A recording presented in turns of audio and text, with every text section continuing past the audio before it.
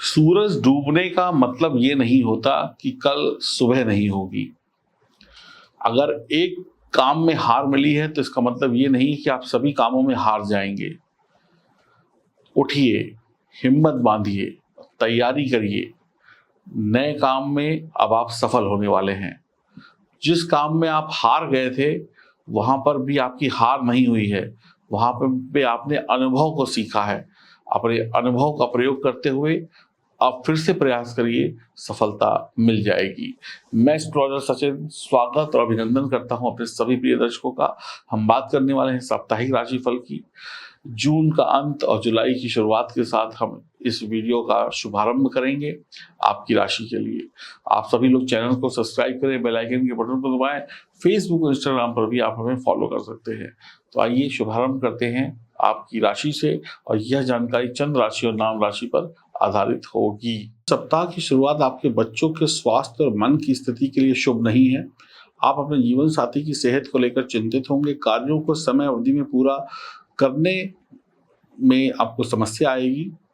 कार्य क्षेत्र में आपकी छवि खोने का डर है, बदनामी हो सकती है। सप्ताह के मध्य के दिनों में आप अपनी सेहत, शोध कार्य, प्रशासनिक कौशल और मानसिक शक्ति बढ़ाने के लिए आवश्यक कदम उठाएंगे।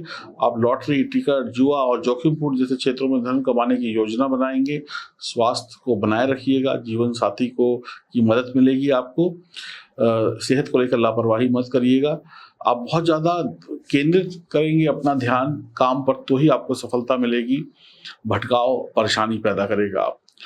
सुनियोजित तरीके से, योजनाबद्ध तरीके से काम करिएगा तो सफलता और अच्छी मिलेगी, वरना कार्य में बाधाएं आएंगी। सप्ताह के बचे हुए दिनों में जीवन साथी का विशेष समर्थन आपको सफलता प्राप्त कराएगा।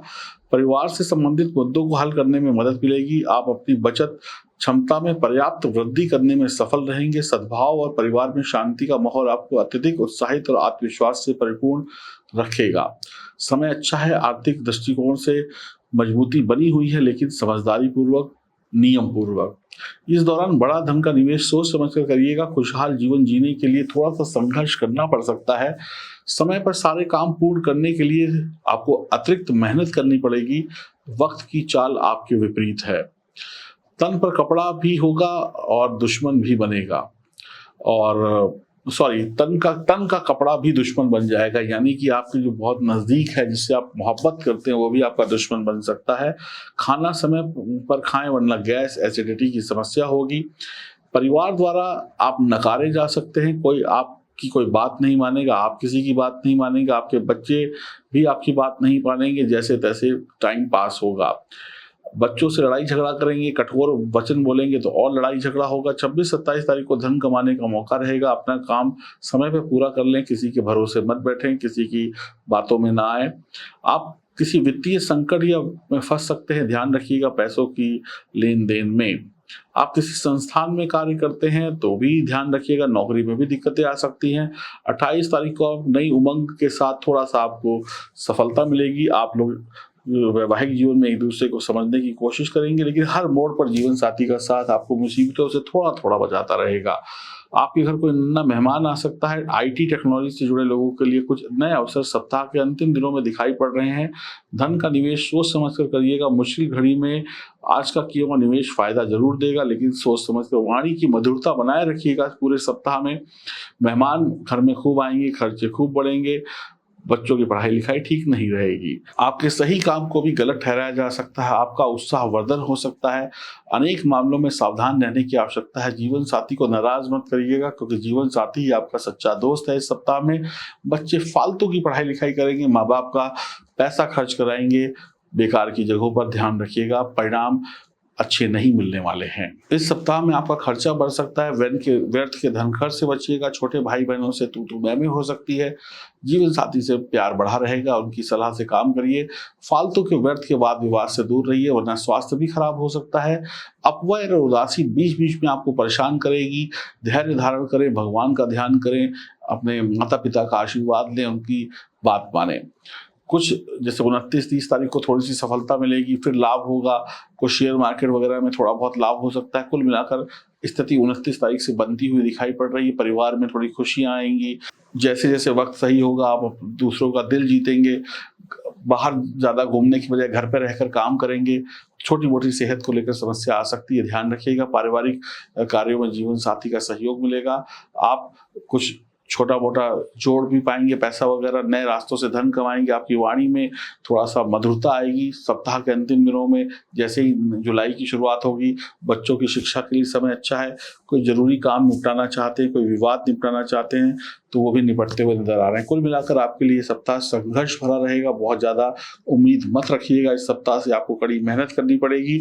अगर आपकी जन्म कुंडली में सितारे कमजोर हैं और आपकी मेहनत कमजोर है, तो आपको निराशा हाथ लग सकती है। धैर्यपूर्वक काम करने की मैं सलाह दूंगा। बहुत अच्छा सप्ताह नहीं कहूंगा। ध्यान रखिएगा अपना, और आपको 50% अच्छे रिजल्ट मिल रहे हैं। बाकी आपको मेहनत करनी पड़ेगी, बहुत मेहनत करनी पड़ेगी। 1 नंबर आपके लिए लकी रहेगा। कुछ उपाय करिए, कुछ दिमाग को ठंडा रखिए, मीठी वाणी बोलिए, ताकि आपके काम बनते चले जाएं। अब बात करते हैं कुछ ऐसे उपायों के जिससे आपको बहुत अच्छी सफलता मिल सकती है। लेकिन फिर कहूंगा, ध्यान से इस सप्ताह को बिताइएगा, बहुत बेहतरीन रिजल्ट मिलने की उम्मीद नहीं है। अब उपाय भी जान लीजिए। सबसे बढ़िया उपाय क्या है भगवान को प्रसन्न करने का? सबसे बढ़िया उपाय यह है कि आप प्रतिदिन समय से सुबह से सो के उठें, भगवान की आराधना करें, अपने माता पिता का आशीर्वाद लें, मंदिर जाएं, भगवान को पुष्प चढ़ाएं। ये दिनचर्या अगर आप अपनाते हैं तो आपका आधा दिन बढ़िया हो जाएगा, और मैं कह सकता हूँ आधा क्या पूरा दिन बढ़िया हो जाएगा। सुबह समय से उठने की कोशिश करिए, उगते हुए सूरज के दर्शन करिए, कोमलता मिल जाएगी, कभी भी आपको निराशा हाथ नहीं लगेगी। तो उगते हुए सूरज को नमस्कार करना, जल चढ़ाना बहुत ही शुभ रहता है। इसके अलावा आप हनुमान जी की उपासना और शिव जी की उपासना करिए, जितनी करिए कोई कमी नहीं है। आपको ईश्वर का प्यार और आशीर्वाद दोनों प्राप्त होगा। तो हनुमान जी की उपासना, शिव जी की उपासना करिए, आपको कष्ट नहीं आ सकते।